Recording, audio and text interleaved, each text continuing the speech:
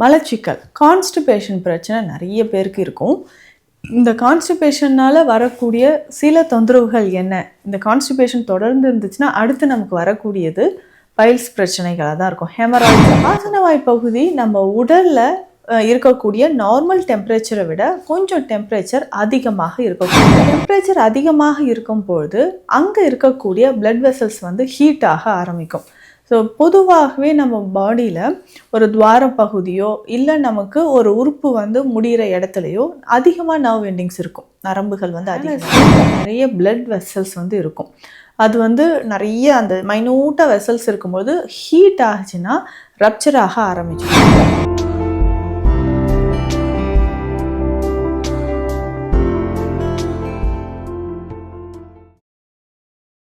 வரம் நேயர்களுக்கு வணக்கம். நான் டாக்டர் நித்யா, சித்தா ஃபிசிஷியன். மலச்சிக்கல் கான்ஸ்டிபேஷன் பிரச்சனை நிறைய பேருக்கு இருக்கும்.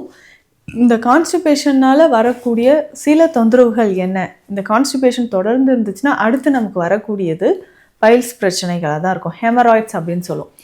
ஆசனவாய் பகுதி நம்ம உடலில் இருக்கக்கூடிய நார்மல் டெம்பரேச்சரை விட கொஞ்சம் டெம்பரேச்சர் அதிகமாக இருக்கக்கூடிய இடம். ஸோ இந்த டெம்பரேச்சர் அதிகமாக இருக்கும்பொழுது அங்கே இருக்கக்கூடிய பிளட் வெசல்ஸ் ஹீட்டாக ஆரம்பிக்கும். ஸோ பொதுவாகவே நம்ம பாடியில் ஒரு துவார பகுதியோ இல்லை நமக்கு ஒரு உறுப்பு முடிகிற இடத்துலையோ அதிகமாக நர்வ் எண்டிங்ஸ் இருக்கும். நரம்புகள் அதிகமாக ரத்த நாளங்கள் மைன்யூட் வெசல்ஸாக இருக்கும். ஸோ நம்ம ஃபிங்கர் டிப்ஸில் கூட அப்படி தான் இருக்கும். ஸோ அந்த மாதிரி பார்க்கும்பொழுது அந்த ஆனஸ்லேயும் நிறைய பிளட் வெசல்ஸ் இருக்கும். அது நிறைய அந்த மைனூட்டாக வெசல்ஸ் இருக்கும்போது ஹீட் ஆச்சுன்னா ரப்சர் ஆக ஆரம்பிச்சிடும். அதே சமயம் கான்ஸ்டிபேஷன் இருந்து 2-3 நாட்களுக்கு ஒரு முறை நம்ம மோஷன் போகிறோன்னா அந்த டைமில் நமக்கு இந்த ஆசனவாய் பகுதியில் ஒரு பிரச்சனை இருந்துக்கிட்டே இருக்கும்.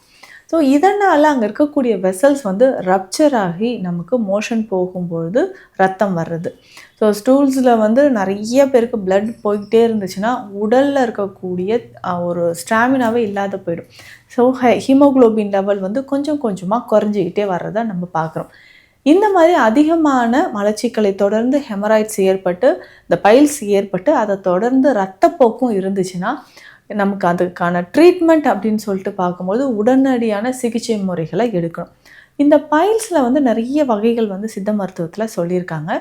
ஒவ்வொரு வகைக்கும் அதனோட நாடி நடை, அதாவது பல்ஸ் ரீடிங், நாடி பார்த்துட்டு எந்த வகையான பைல்ஸ் அப்படின்றத நம்ம தெரிஞ்சுக்கணும். அடுத்தது இந்த பைல்ஸ் வர்றதுக்கு முக்கியமான காரணம், ஒவ்வொரு பேஷண்ட்ஸுக்குமே ஒவ்வொரு டிஃப்ரெண்ட் நமக்கு சிம்டம்ஸ் தெரியும், டிஃப்ரெண்ட்டான இருக்கக்கூடிய சிம்டம்ஸ் தெரியும். ரூட் காஸ் என்னன்றதும் டிஃப்ரெண்ட்டாக இருக்கும். ஸோ எதனால் இந்த பைல்ஸ் ஏற்பட்டுச்சுன்றதை நம்ம தெளிவாக தெரிஞ்சதுக்கப்புறம் சிகிச்சை முறைகளை ஃபாலோ பண்ணால் நல்லதாக இருக்கும்.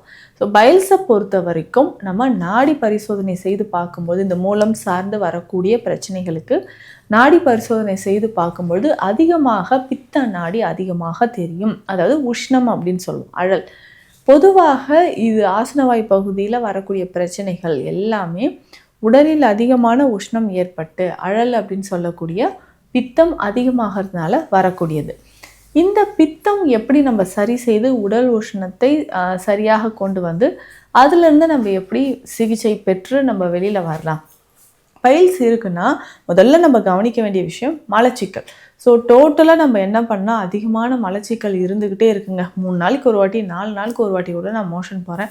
அந்த மோஷன் ரொம்ப வறண்டு நமக்கு ஹார்டாக இருக்கக்கூடிய ஸ்டூல்ஸ் பாஸ் பண்ணும்போது அது ஆனஸில் இருக்கக்கூடிய குடல் பகுதி ரெக்டமில் இருக்கக்கூடிய இன்டர்னல் மியூக்கஸ் எல்லாமே ரப்சர் பண்ணி வெளியில் கொண்டு வரும். அந்த மாதிரி சமயங்களில் தான் அதிகமான ரத்தம் வர்றது, உதிரப்போக்கு ஏற்படுறது நம்ம பார்க்குறோம். இந்த மாதிரி ஸ்டூல்ஸ் ரொம்ப ஹார்டாக இருக்குன்னா இம்மிடியேட்டாக அதற்கான சிகிச்சை என்ன எடுக்கணும்னா வயிறை சுத்தம் பண்ணக்கூடிய மெடிசன்ஸ் எடுக்கணும். பேசிக்காகவே எனக்கு உடம்பு ஹீட்டு தாங்க, எப்பவுமே மலச்சிக்கல் இருக்கும் அப்படின்னு ஃபீல் பண்ணுறவங்க உடல் உஷ்ணத்தை குறைக்கக்கூடிய மருந்துகளை முதல்ல நம்ம எடுக்கணும். அப்போ ஆசனவாய் பகுதியில் இருக்கக்கூடிய அந்த வெடிப்புகள், ஃபிஷர்ஸ் அப்படின்னு சொல்லக்கூடிய வெடிப்புகளாக இருக்கட்டும், ஹெமராய்ட்ஸ் அப்படின்னு சொல்லக்கூடிய பைல்ஸ், இது எல்லாமே குணப்படுத்துவதற்கு நமக்கு உடல் உஷ்ணத்தை முதல்ல நம்ம குறைக்கணும். அதற்கு நம்ம உணவு முறைகள் என்னென்னா அதிகமான கீரைகள், காய்கறிகளை உணவில் சேர்த்துக்கணும். நீர்ச்சத்து அதிகமாக இருக்கக்கூடிய காய்கறிகள் எடுக்கணும். பொதுவாகவே நம்ம வந்து ஒரு ஃப்ரூட்ஸ் சாப்பிட்றோன்னா அதை வந்து டைரெக்டாக கடித்து சாப்பிடணும். இல்லைங்க, மிக்சியில் போட்டு அது ஜூஸ் போட்டு அதில் வந்து சுகர்லாம் ஆட் பண்ணி நல்லா ஃபில்டர் பண்ணிவிட்டு குடிக்கிறேன்னு சொல்லும்போது நிச்சயமாக அது மலச்சிக்கலை தான் ஏற்படுத்தும். ஸோ ஒவ்வொரு பழங்களுமே நம்ம என்னென்னா அது முழுவதுமாக எடுக்கும்போது அதில் இருக்கக்கூடிய ஃபைபர்ஸ், விட்டமின்ஸ் எல்லாமே நமக்கு உள்ள இன்டர்னலாக போகும்போது ஈஸியாக நமக்கு பைல்ஸ் பிரச்சனை வராமல் பாதுகாத்துக்க முடியும். அடுத்ததாக கீரை வகைகளை உணவில் சேர்த்துக்கணும். டெய்லி ஏதாவது ஒரு கீரை இருந்தால் பெஸ்ட்டாக இருக்கும். இதில் முக்கியமாக சிறுகீரை, பாலக்கீரை, வெந்தயக்கீரை இது மூணுமே ரொம்ப ரொம்ப முக்கியமான கீரை வகை. இந்த மூணுத்தையும் நம்ம என்ன பண்ண போகிறோம்னா அப்படியே சின்ன சின்ன பீஸஸாக கட் பண்ணி சமைக்கணும். இதை வந்து நம்ம கஷாயம் மாதிரியும் தொடர்ந்து குடிச்சிட்டு வரலாம். இந்த கஷாயம்னா எப்படி குடிக்கலாம் அப்படின்னா, இந்த சிறுகீரையை கஷாயமாக குடித்தாலும் நமக்கு இந்த மூலம் சார்ந்த பிரச்சனையிலேருந்து வெளிவரத்துக்கு ஒரு நல்ல வாய்ப்பாக இருக்கும். இதை எப்படி பயன்படுத்தலாம் அப்படின்னா, சிறுகீரையை சின்ன சின்ன பீசஸாக கட் பண்ணி எடுத்துக்கணும். இதை தண்ணீரில் போட்டு நல்லா கொதிக்க வச்சு இதனோட 1 ஸ்பூன் சோம்பு, 2 பல் பூண்டு சேர்த்து நல்லா கொதிக்க வைக்கணும். இது பொதுவாகவே நம்ம உடலில் இருக்கக்கூடிய கழிவுகளை வெளியேற்றும். சிறுநீரக நோயாளிகள் நிறைய பேருக்கு இந்த சிறுகீரை கஷாயம் குடித்து ஒரு பெட்டரான ரிசல்ட் இருக்குது அப்படின்னு சொல்லியிருக்காங்க. அந்த டயர்ட்னஸ் இல்லை, ரொம்ப பாடியில் ஹீட் ஆகுதுன்னா அதை சரி பண்ணுறதுக்கும் இது யூஸ்ஃபுல்லாக இருக்குது அப்படின்னு சொல்லியிருக்காங்க. இதற்கு அடுத்து வேறு என்ன மருந்து முறைகள் நம்ம எடுக்கலாம்? மலச்சிக்கல் இருக்கா, ஸோ அதற்கான மருந்து முறைகளை எடுக்கணும். அதற்கு அடுத்தது இந்த பைல்ஸை வந்து நம்ம சரி செய்யணும்னா உடல் குளிர்ச்சியாக வைத்து கொள்ளக்கூடிய உணவுகள், வெள்ளை பூசணிக்காய், சொரக்காய், இந்த மாதிரி நீர்ச்சத்து அதிகமாக இருக்கக்கூடிய காய்கறிகளை சாப்பிடணும். சிலருக்கு நான்வெஜ் சாப்பிட்டாலே எனக்கு வந்து மோஷன் வந்து போகவே மாட்டேங்குது, மலம் ரொம்ப இறுகிடுது அப்படின்னு சொல்லுவாங்க. அந்த மாதிரி சமயங்களில் என்ன பண்ணோம், நான்வெஜ்ஜை டோட்டலாக அவாய்ட் பண்ணிவிட்டு கீரைகள், முக்கியமாக நார்ச்சத்து இருக்கக்கூடிய காய்கறிகளை நம்ம வந்து தேர்ந்தெடுத்து சாப்பிட்டுக்கிட்டே வந்தோம்னா நிச்சயமாக இந்த மலச்சிக்கல் குறைய ஆரம்பிச்சிடும். சித்த மருத்துவத்தில் இந்த கான்ஸ்டிபேஷன் இருக்கவங்க நிறைய பேர் சொல்கிற விஷயம் என்னென்னா, மேம் நான் வந்து இந்த கருணை லேகியம் தான் சாப்பிட்டுட்ருக்கேன், அப்பயும் எனக்கு டிஃப்ரென்ஸ் தெரியலன்னு சொல்லுவாங்க. கருணை லேகியம் அப்படின்னு சொல்கிறது உடலில் இருக்கக்கூடிய உஷ்ணத்தை கண்டிப்பாக குறைக்கும். அதே மாதிரி பிடிக்கருணை அப்படின்றது மார்க்கெட்டில் அவைலபிளாக இருக்கும். இந்த பிடிக்கரணியை வாங்கிட்டு வந்து நல்லா வேக வைத்து இதை கொஞ்சமாக கடுகெல்லாம் போட்டு தாளிதம் பண்ணி டெய்லி ஒரு வேளை சாப்பிட்லாம். இல்லை இந்த பிடிக்கரணியை நல்லா வேக வைத்து இதை வந்து கொஞ்சமாக நல்லா பிசைஞ்சு அப்பப்போ இதை சாப்பிட்டுக்கிட்டே வரணும்.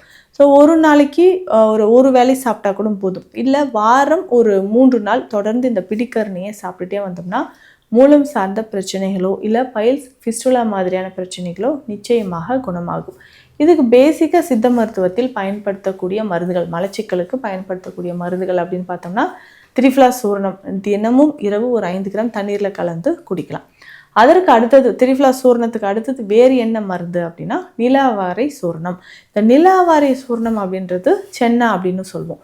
இதை முக்கியமாக இந்த மூலிகையோடு பிற மூலிகைகள் சேர்த்து அதை தண்ணீரில் கலந்து இரவு நேரத்தில் நம்ம குடிச்சிக்கிட்டே வந்தோம்னா நிச்சயமாக நமக்கு என்ன மாற்றம் தெரியும்னா, ஃப்ரீயாக ஒரு 3-4 நாட்கள் குடித்ததுக்கப்புறம் நமக்கு என்ன ஆகும்னா கண்டினியூஸாக மோஷன் போகிற மாதிரி தினமும் காலையில் ரொட்டீனாக அந்த ஆரோக்கியமான ஒரு பழக்கம் அப்படின்றது ஏற்படும்.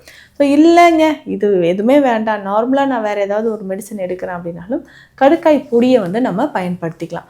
கடுக்காய் பொடியை எப்படி பயன்படுத்தலாம்னா ஒரு 1/2 ஸ்பூன் எடுத்து வெந்நீரில் கலந்து இரவு தூங்கும் போகிறதுக்கு முன்னாடியே நம்ம குடிச்சிட்டு படுக்கலாம். இதை தாண்டி நம்ம உடலில் இருக்கக்கூடிய டாக்ஸின்ஸ் எலிமினேட் ஆகணும். அதிகமான அந்த கொழுப்பு படிமங்கள் உடலில் எங்கேயாவது இருந்தாலும் அதை வெளியேற்றுவதற்கான மருந்து முறைகளை நம்ம ஃபாலோ பண்ணணும். முக்கியமாக பார்த்தோம்னா இந்த பைல்ஸ், ஃபிஸ்டுலா இருக்குது. இந்த 2 கம்ப்ளைண்ட்டுக்குமே நம்ம உடலை எப்போதுமே குளிர்ச்சியாக வைக்கணும். இப்போ குளிர்ச்சியாக இருக்கக்கூடிய உணவு முறைகள், காய்கறிகளை ஃபாலோ பண்ணிட்டு வந்தோம்னா நிச்சயமாக உயிருக்கு ஆபத்தை தரக்கூடிய கேன்சர் செல்கள் எல்லாமே இந்த மலச்சிக்கல் இருக்கிறவங்களுக்கு ஏற்படும். ஸோ அதெல்லாம் ஏற்படாமல் தடுக்கணும் அப்படின்னா நான் சொன்ன இந்த வழிமுறைகளை ஃபாலோ பண்ணுறது மட்டும் இல்லாமல் சித்த மருந்துகளையும் எடுத்துக்கோங்க. இந்த பதிவு உங்களுக்கு பயனுள்ளதாக இருக்கும்னு நம்புகிறேன்.